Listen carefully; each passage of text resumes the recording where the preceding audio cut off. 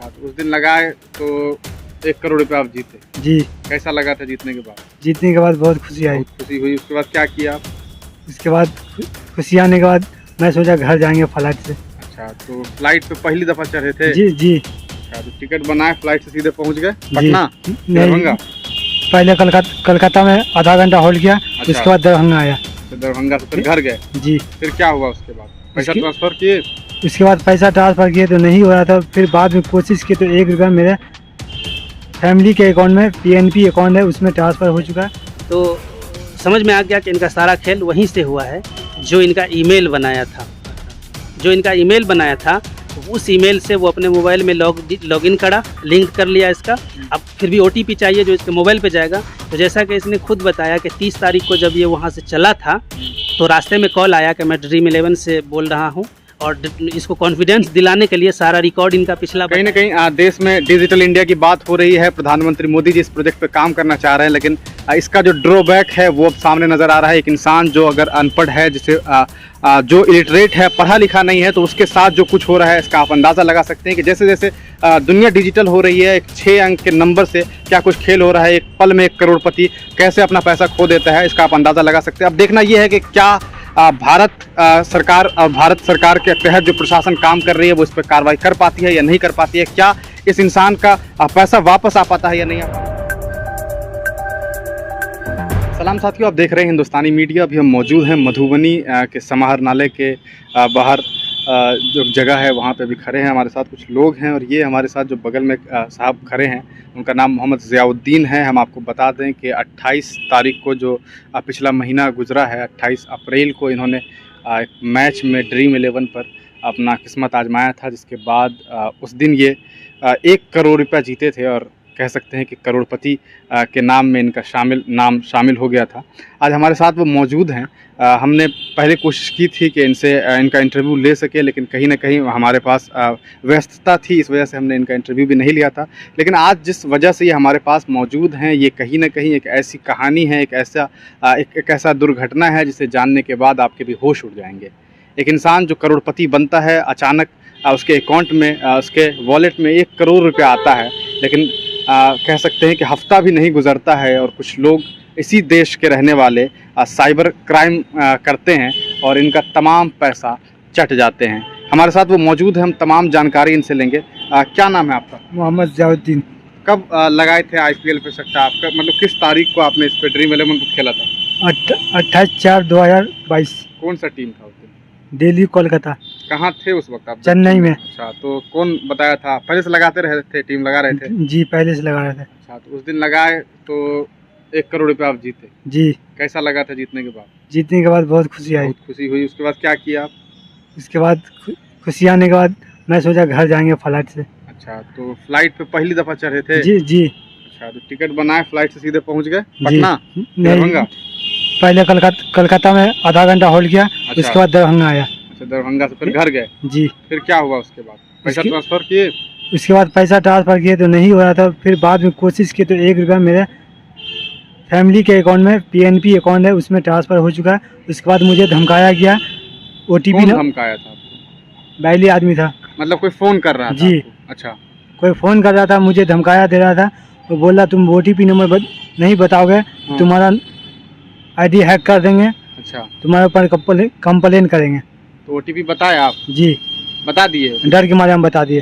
डर के मारे बता दिए, सोचे कि बता देते हैं। डर के मारे पहले जो बताया था, पहले क्या बोला था कि हम ड्रीम 11 से फ़ोन कर रहे हैं? पहले ये 30 तारीख को जब मैं फ्लाइट पकड़ने लगा तो 6:30 बजे हमको अन्य नंबर से कॉल आया। अच्छा। तो बोला मैं ड्रीम 11 से बोल रहा हूँ। बोला तुम्हारे मोबाइल पे OTP एक जा रहा है, PORATIC बोल गया। बोला तो हम उसको बता दे डर के मारे। अच्छा। उस टाइम में वो बोला तुम 11 बजे मुझे कॉल करना, तो मैं कॉल उससे नहीं किया, नंबर उसका ब्लॉक कर दिया हमने। अच्छा अच्छा। इसके बाद फिर घर आए 30 तारीख को शनिवार को, तो फिर हमको फ़ोन कर रहा था, मैं उसका नंबर ब्लॉक कर दिया उसी टाइम में। अच्छा, मतलब आप घर आए, घर आकर के आपने पैसा ट्रांसफर किया आपने घर, मतलब अपने वाइफ के नंबर पे? जी जी। तो आपने अकाउंट पे 1 रुपया डाला टेस्ट करने के लिए? हाँ, वो पैसा ट्रांसफर हो गया? हाँ, हो गया। पैसा ट्रांसफर हो गया। उसके बाद फिर हमको फ़ोन करके बोल रहा है तुम इससे PNP अकाउंट नंबर नहीं डालो, नहीं तो तुम्हारा नंबर ब्लॉक हो जाएगा ये अच्छा अच्छा, उसको पता चल गया कि पीएनबी नंबर जी आप पीएनबी में ट्रांसफर किए?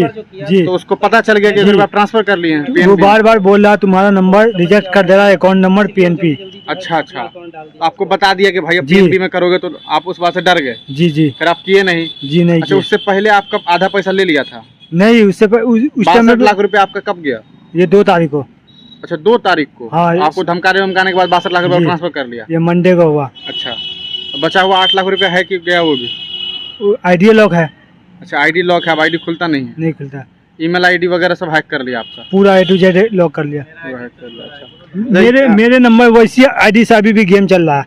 अच्छा, उसी आईडी से गेम खेला जा रहा है? हाँ, परसों लेकिन वो आप नहीं खेल रहे हैं, कोई आप और नहीं खेल खेल रहे हम। परसों भी वो आईडी से हैदराबाद दिल्ली का मैच हुआ था तो खेल रहा था। क्या करते थे आप वहाँ चेन्नई में? हैंड ग्लव्स दस्ताने का काम करता। दस्ताना का काम करते थे? हाँ तो कहीं ना कहीं ये जो ज़ियाउद्दीन हैं वो दस्ताना का काम करते थे। इन्हें कुछ बहुत ज़्यादा इन सब चीज़ों के बारे में जानकारी तो नहीं है, लेकिन गांव के कुछ लोग हैं, हम उनसे बातचीत करते हैं, वो डिटेल में बता सकते हैं कि क्या कुछ मामला हुआ था, कैसे एक इंसान जो अचानक से करोड़पति बनता है और फिर तमाम पैसे उसके लुट जाते हैं। 30% जो कि सरकारी टैक्स कटता है वो 30 लाख रुपया कट जाता है, लेकिन 70 लाख रुपया जो इनको मिलना चाहिए था, महज उसमें से 1 रुपया जो इन्होंने अपनी वाइफ के अकाउंट पे ट्रांसफ़र किया था वो, लेकिन 6 लाख जो 60 लाख और कह सकते हो 69 लाख 9,999 या जो भी पैसा है वो कहीं ना कहीं इनका चला जाता है। 1 रुपया महज इनको मिलता है, बाकी तमाम पैसा। यहाँ पे बहुत सारे लोग हैं, हम उनसे बातचीत करते हैं। और क्या नाम है सर आपका? शमीम अहमद। शमीम अहमद। क्या हुआ है इनके साथ, थोड़ा सा आगे बढ़े।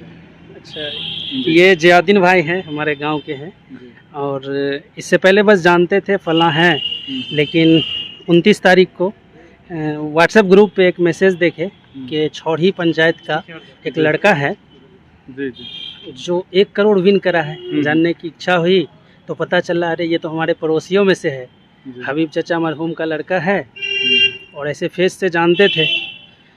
तो पता चला 30 तारीख को ये घर भी आ चुके, ईद का मौका था।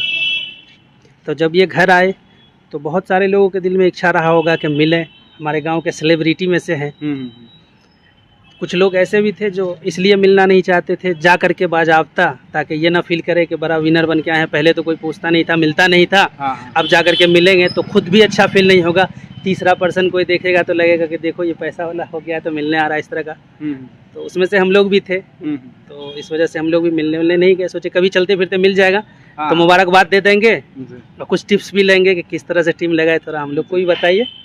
हाँ, अचानक से 2 तारीख को एक कॉल आती है मेरे एक साथी की, वो बताते हैं कि अरे अपना भाई जो विनर था, जो 1 करोड़ विन करा था, उसके अकाउंट से 62 लाख रुपया ट्रांसफ़र हो गया है, ये कैसे हो सकता है?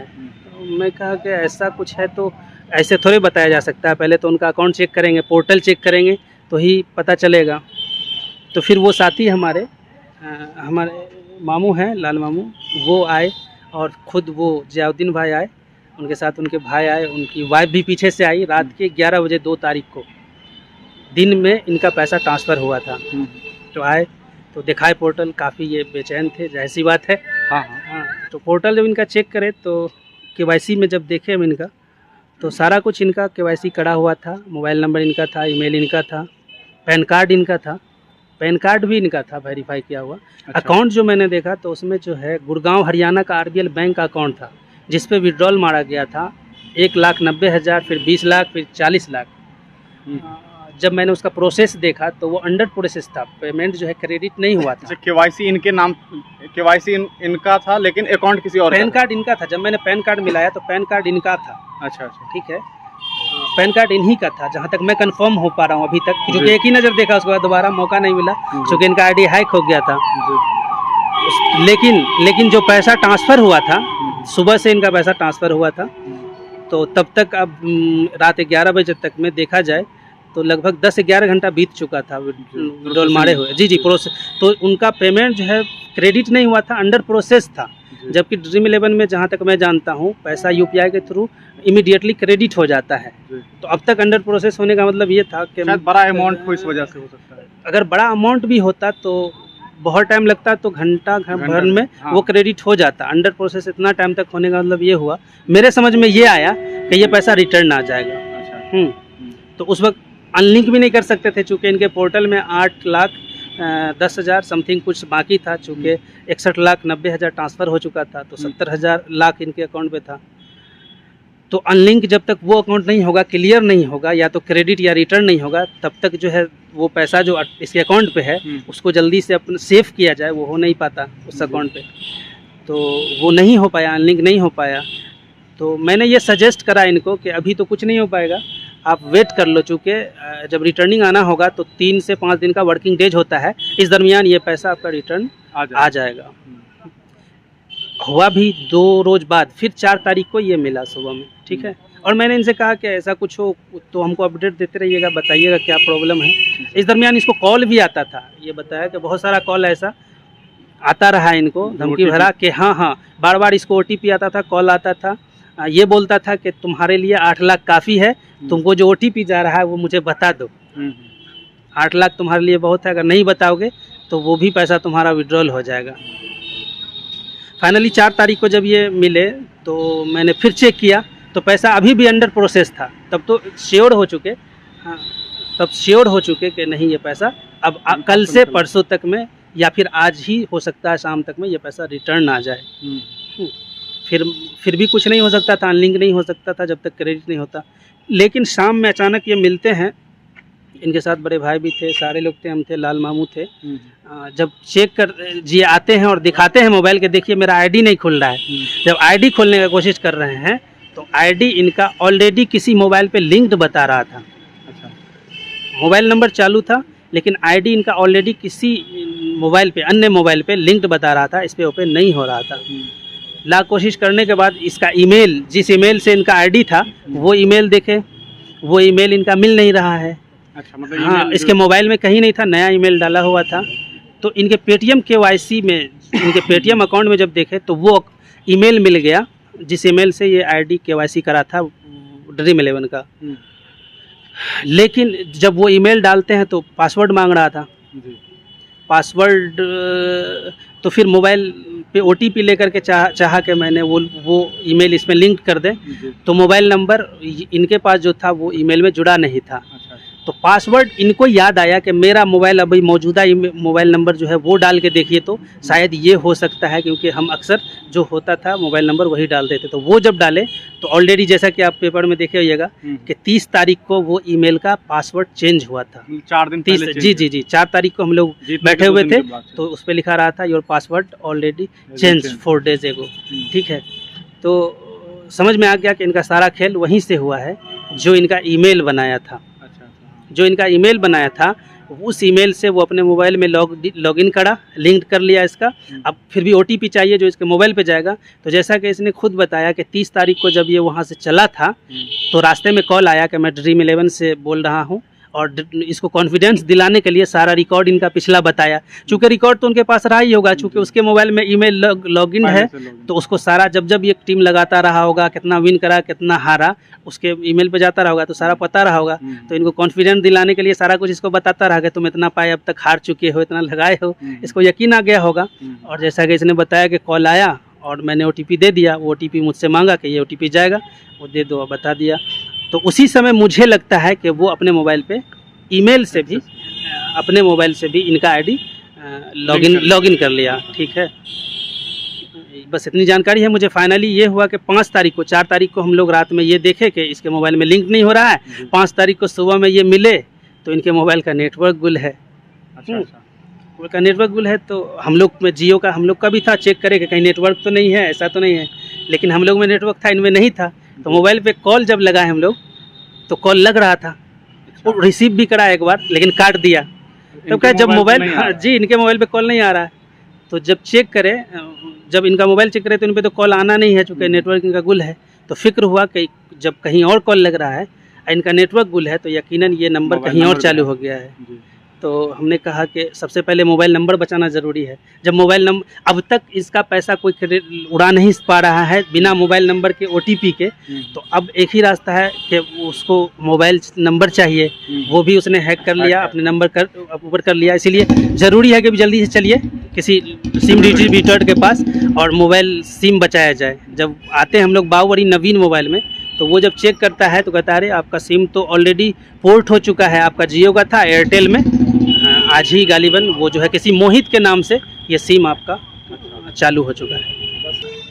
और भी यहाँ पे कुछ लोग हैं, हम उनसे बातचीत करते हैं क्योंकि वो भी इनके गांव से हैं, तो उन्हें जानकारी होगा। जब ये मसला हो गया है तमाम तरीके से, जो कह सकते हैं कि पैसे की चोरी हो गई है, तमाम पैसा निकाल लिया गया, आप लोग गांव के लोग हैं, क्या कुछ किए हैं अभी तक? कोई कंप्लेन कहीं? देखिए हम लोग जो है थाना प्रभारी को भी बाहुबड़ी जो है आवेदन लेके गए थे वहाँ पे, तो वहाँ पे बोले कि जहाँ से मामला हुआ है ना वहाँ करना होगा आपको। फिर उसके बाद हम लोग वहाँ से आए जिला में एसपी साहब को आवेदन जो है दिए हैं, और जो है साइबर क्राइम को भी जो है वहाँ से भी हम लोग वहाँ भी आवेदन देने का कोशिश कर रहे हैं, और वो कल तक हम लोग दे देंगे, और एसपी साहब के आवेदन दिए हैं जी।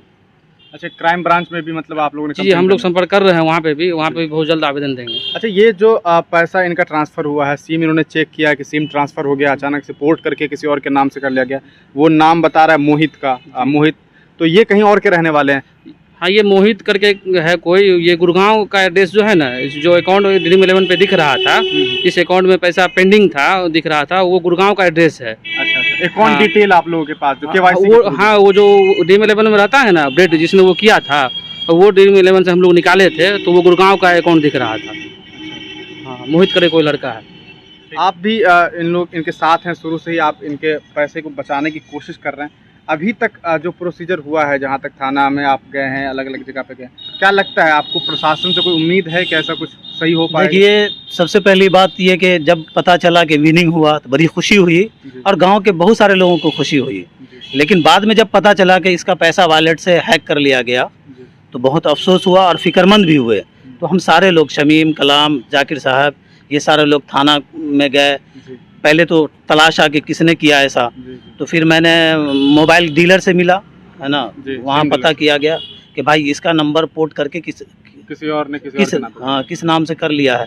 तो पता चला मोहित नाम से है, और जो नंबर ईमेल आईडी पे अपडेट किया हुआ है वो नंबर अल्टरनेट नंबर मिला। ठीक है। उसके बाद ये सारा छानबीन करने के बाद लोगों ने मशवरा दिया कि भाई आप साइबर क्राइम में जाइए। तो फिर एसपी साहब के यहाँ आना हुआ है, यहाँ आवेदन दिया गया है, भरोसा मिला है कि फ्रॉडिंग करने वाले को जहाँ भी हो, जहन्नम में क्यों ना हो, उसे खींच करके ले लाया जाएगा। अब मुझे उम्मीद है पूरा और यकीन है कि इंशाल्लाह जो है ना न्याय मिलेगा इस बच्चे को, गरीब बच्चे को, और इसका जो भी पैसा गायब हुआ है वो बेआईन ही वापस आ जाएगा।